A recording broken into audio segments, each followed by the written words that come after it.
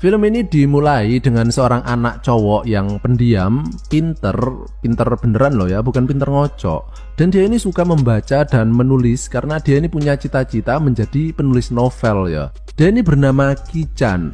Dan setelah pulang, dia pun mandi dan tiba-tiba muncul seorang cewek yang coklat manis. Dia ini adalah teman Ki-chan dari kecil yang sekarang udah kelihatan nggak kecil lagi yo, tangannya. Dia ini bernama Min Jung dan sebenarnya Min Jung ini naksir ke Ki-chan. Tapi Ki-chan ini tipe cowok yang nggak peka yo. Mereka ini ngobrol-ngobrol dan karena Min Jung ini minum beras kentur banyak banget, akhirnya dia pun ngelele alias teler. Dan di sini kalau mata kalian jeli, terlihat ada hitam-hitam yang menyeruat. Maksudnya kutu yo.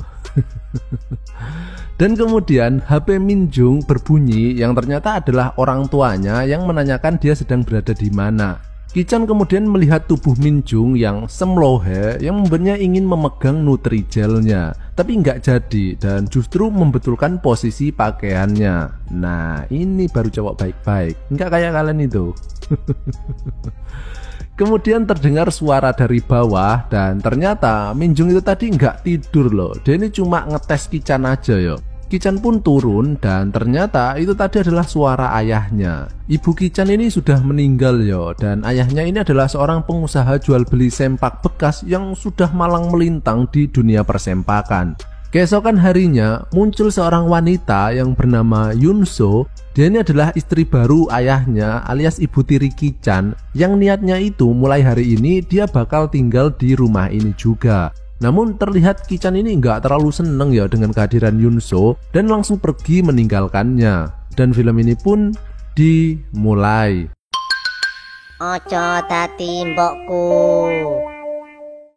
Keesokan harinya, Ki-chan yang hendak berangkat nongkrong nggak sengaja melihat Yunso yang sedang jentat-jentit mencari jepit rambutnya yang terjatuh. Dan untuk kategori wanita yang sudah berumur, mbak ini lumayan sensual loh ya. Atau seenggaknya menurut Pak D aja sih. Kalau ada yang sepemikiran dengan Pak D, boleh tekan tombol like.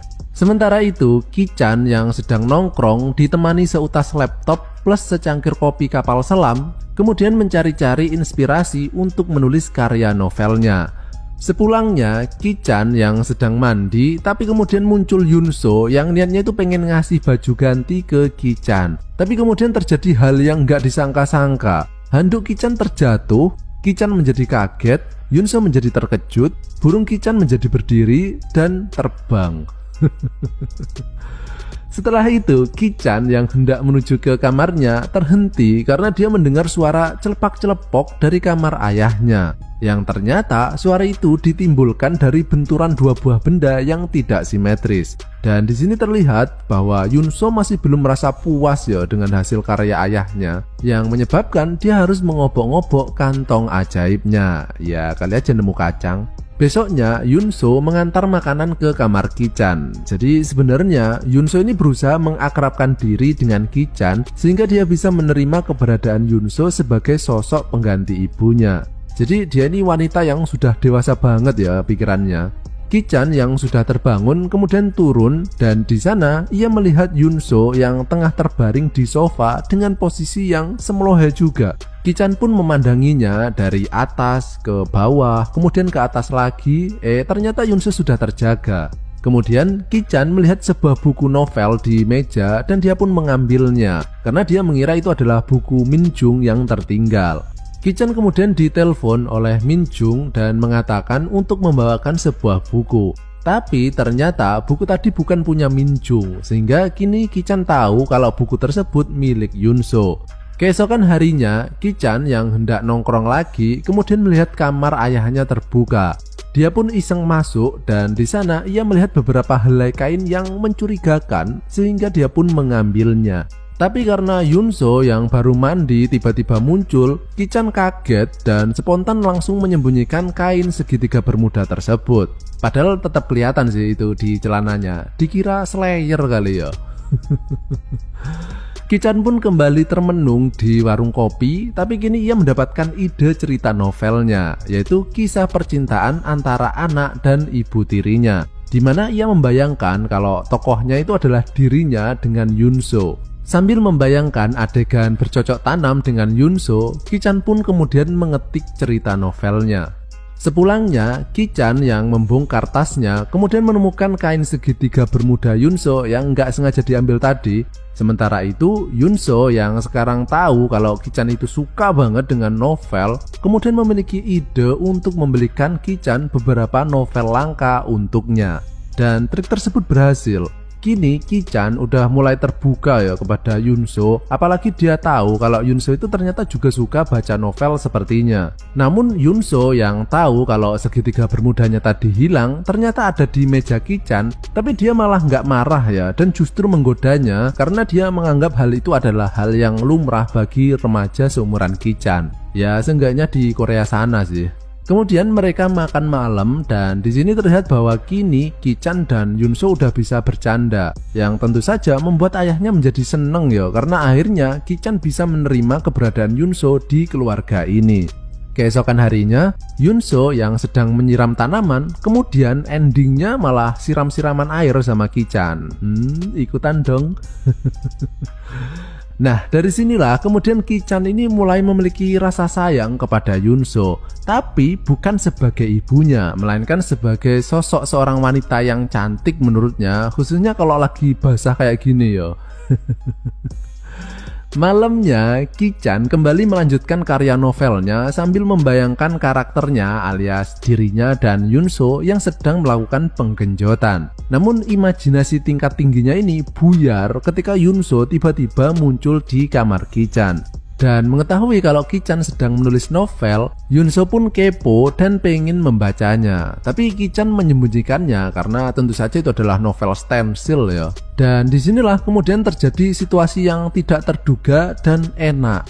Ki-chan ini nekat melakukan teknik nyosor lembu ireng ke bibir Yunso, yang tentu saja membuat Yunso terkejut ya, dan dia pun marah dan mengatakan bahwa itu adalah hal yang tidak pantas dilakukan kepadanya. Namun tiba-tiba muncul ayahnya yang sedang mabuk yang memecah suasana tegang tersebut dan langsung mengajak Yunso untuk bercocok tanam. Keesokan harinya terlihat Yunso yang sedang memegang alat rapid test karena dia ini pengen punya anak yo, tapi sayangnya hasilnya negatif. Dan beberapa saat kemudian malah muncul Ki-chan yang sekarang justru memberanikan dirinya mengatakan bahwa dia ini jatuh cinta kepada Yunso. Dan tentu saja Yunso menolak pernyataan cintanya tersebut. Ya iyalah, gila bah. Dan karena cintanya ini ditolak, kemudian Ki-chan pun menjadi galau.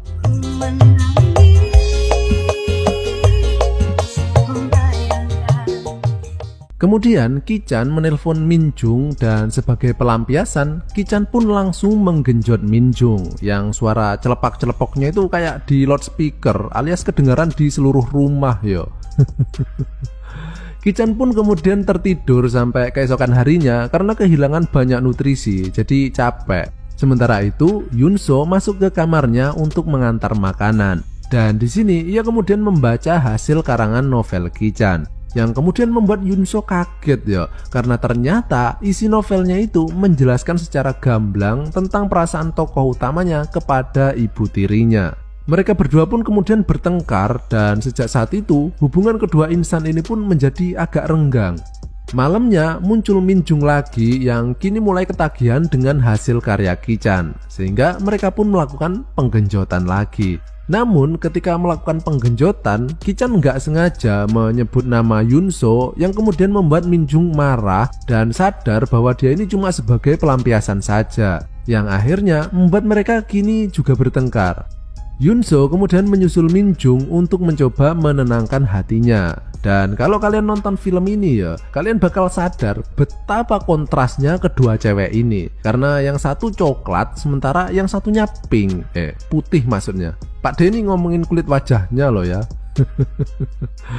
Minjung kemudian mengatakan bahwa Ki-chan itu sebenarnya jatuh cinta kepada Yunso. Dan kemudian Yunso pulang ke rumah untuk menghibur Ki-chan agar tidak cemberut lagi. Beberapa saat kemudian, ayahnya yang dalam keadaan mabuk lagi kemudian pulang. Yunso pun menyambut suaminya itu dan segera membawanya ke tempat tidur. Namun tiba-tiba Ki-chan langsung menarik tangan Yunso dan sekali lagi dia melakukan teknik nyosor lembu ireng ke bibir Yunso.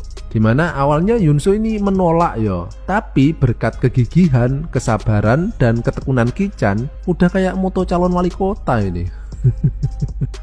Akhirnya Yunso pun mau melakukan penggenjotan. Dan sejak saat itu kemudian tiap kali ada kesempatan, seperti ketika suaminya sedang tidur, suaminya berangkat kerja, bahkan ketika suaminya berada di ruang sebelah, mereka ini mencuri-curi kesempatan untuk melakukan penggenjotan.